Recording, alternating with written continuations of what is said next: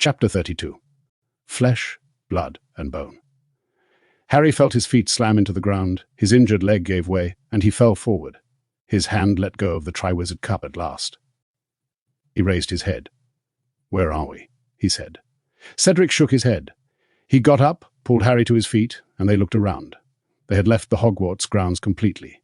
They had obviously travelled miles, perhaps hundreds of miles, for even the mountains surrounding the castle were gone.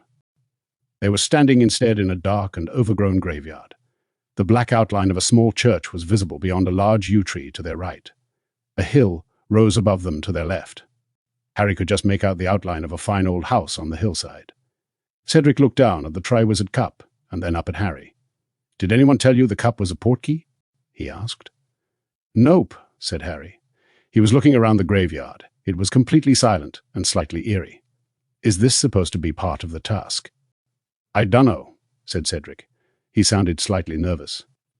"One's out, do you reckon?" "Yeah," said Harry, glad that Cedric had made the suggestion rather than him. They pulled out their wands. Harry kept looking around him. He had, yet again, the strange feeling that they were being watched. "Someone's coming," he said suddenly, squinting tensely through the darkness. They watched the figure drawing nearer, walking steadily toward them between the graves. Harry couldn't make out a face, but from the way it was walking and holding its arms, he could tell that it was carrying something. Whoever it was, he was short, and wearing a hooded cloak pulled up over his head to obscure his face. And, several paces nearer, the gap between them closing all the time, Harry saw that the thing in the person's arms looked like a baby. Or was it merely a bundle of robes? Harry lowered his wand slightly and glanced sideways at Cedric. Cedric shot him a quizzical look. They both turned back to watch the approaching figure. It stopped beside a towering marble headstone, only 6 feet from them. For a second, Harry and Cedric and the short figure simply looked at one another, and then, without warning, Harry's scar exploded with pain. It was agony such as he had never felt in all his life. His wand slipped from his fingers as he put his hands over his face. His knees buckled. He was on the ground and he could see nothing at all. His head was about to split open.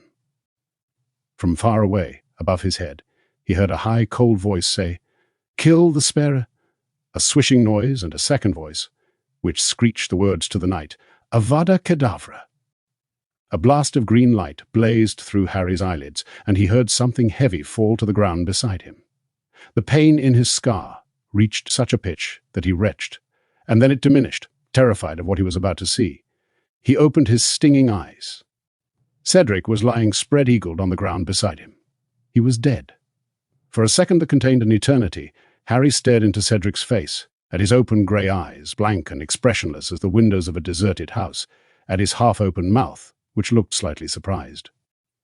And then, before Harry's mind had accepted what he was seeing, before he could feel anything but numb disbelief, he felt himself being pulled to his feet. The short man in the cloak had put down his bundle, lit his wand, and was dragging Harry toward the marble headstone. Harry saw the name upon it, flickering in the wand light before he was forced around and slammed against it. Tom Riddle. The cloaked man was now conjuring tight cords around Harry, tying him from neck to ankles to the headstone. Harry could hear shallow, fast breathing from the depths of the hood. He struggled, and the man hit him with a hand that had a finger missing. And Harry realized who was under the hood. It was Wormtail.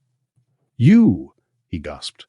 But Wormtail, who had finished conjuring the ropes, did not reply. He was busy checking the tightness of the cords, his fingers trembling uncontrollably, fumbling over the knots.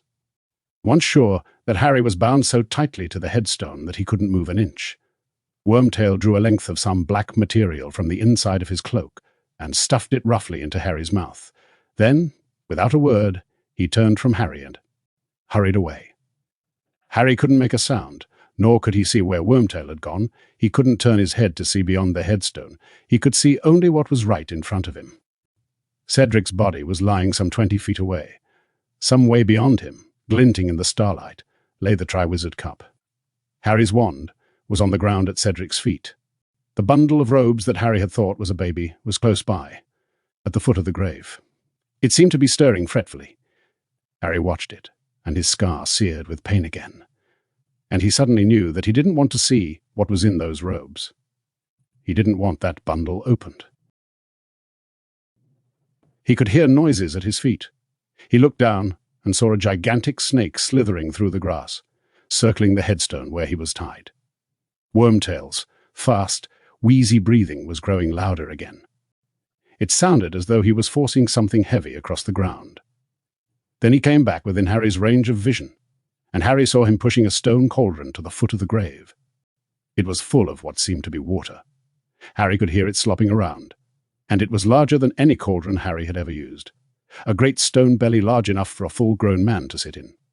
The thing inside the bundle of robes on the ground was stirring more persistently, as though it was trying to free itself. Now Wormtail was busying himself at the bottom of the cauldron with a wand. Suddenly, there were crackling flames beneath it.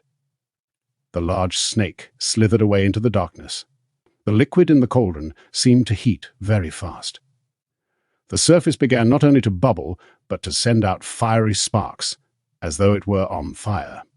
Steam was thickening, blurring the outline of Wormtail tending the fire. The movements beneath the robes became more agitated, and Harry heard the high, cold voice again. "Hurry!" The whole surface of the water was alight with sparks now. It might have been encrusted with diamonds. "It is ready, master. Now," said the cold voice. Wormtail pulled open the robes on the ground, revealing what was inside them, and Harry let out a yell that was strangled in the wad of material blocking his mouth. It was as though Wormtail had flipped over a stone and revealed something ugly, slimy, and blind, but worse, 100 times worse. The thing Wormtail had been carrying had the shape of a crouched human child, except that Harry had never seen anything less like a child. It was hairless and scaly-looking, a dark, raw, reddish-black. Its arms and legs were thin and feeble, and its face. No child alive ever had a face like that, flat and snake-like, with gleaming red eyes. The thing seemed almost helpless. It raised its thin arms, put them around Wormtail's neck, and Wormtail lifted it. As he did so, his hood fell back, and Harry saw the look of revulsion on Wormtail's weak, pale face in the firelight as he carried the creature to the rim of the cauldron. For one moment, Harry saw the evil, flat face illuminated in the sparks dancing on the surface of the potion. And then Wormtail lowered the creature into the cauldron. There was a hiss, and it vanished below the surface. Harry heard its frail body hit the bottom with a soft thud. "Let it drown," Harry thought, his scar burning almost past endurance. "Please, let it drown." Wormtail was speaking. His voice shook. He seemed frightened beyond his wits. He raised his wand, closed his eyes, and spoke to the night. "Bone of the Father, unknowingly given, you will renew your son." The surface of the grave at Harry's feet cracked. Horrified, Harry watched as a fine trickle of dust rose into the air at Wormtail's command and fell softly into the cauldron. The diamond surface of the water broke and hissed. It sent sparks in all directions and turned a vivid, poisonous-looking blue. And now Wormtail was whimpering. He pulled a long, thin, shining silver dagger from inside his cloak. His voice broke into petrified sobs. "Flesh of the servant, woe willingly given, you will revive your master." He stretched his right hand out in front of him, the hand with the missing finger. He gripped the dagger very tightly in his left hand and swung it upward.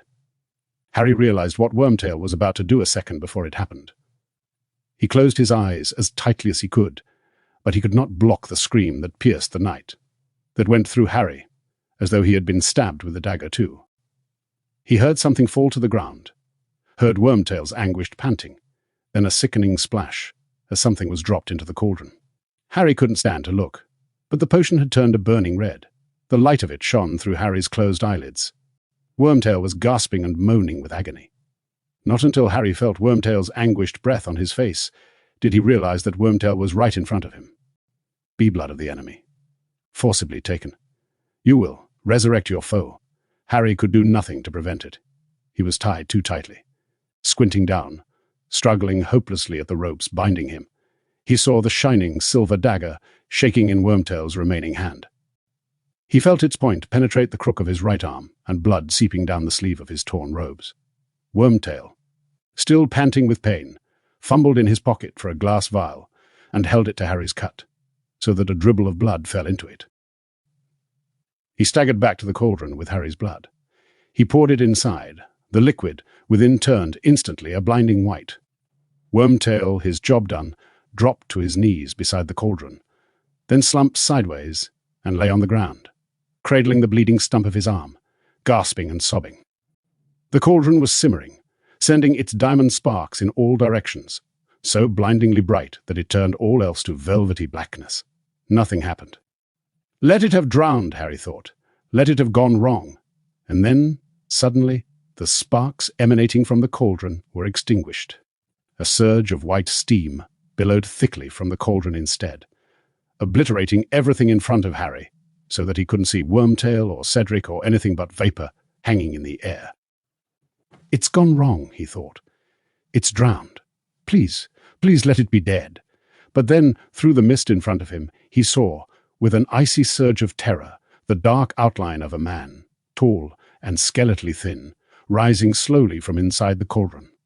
"Robe me," said the high, cold voice from behind the steam, and Wormtail, sobbing and moaning, still cradling his mutilated arm, scrambled to pick up the black robes from the ground, got to his feet, reached up, and pulled them one-handed over his master's head. The thin man stepped out of the cauldron, staring at Harry, and Harry stared back into the face that had haunted his nightmares for 3 years.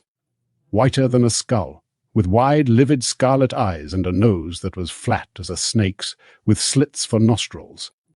Lord Voldemort had risen again,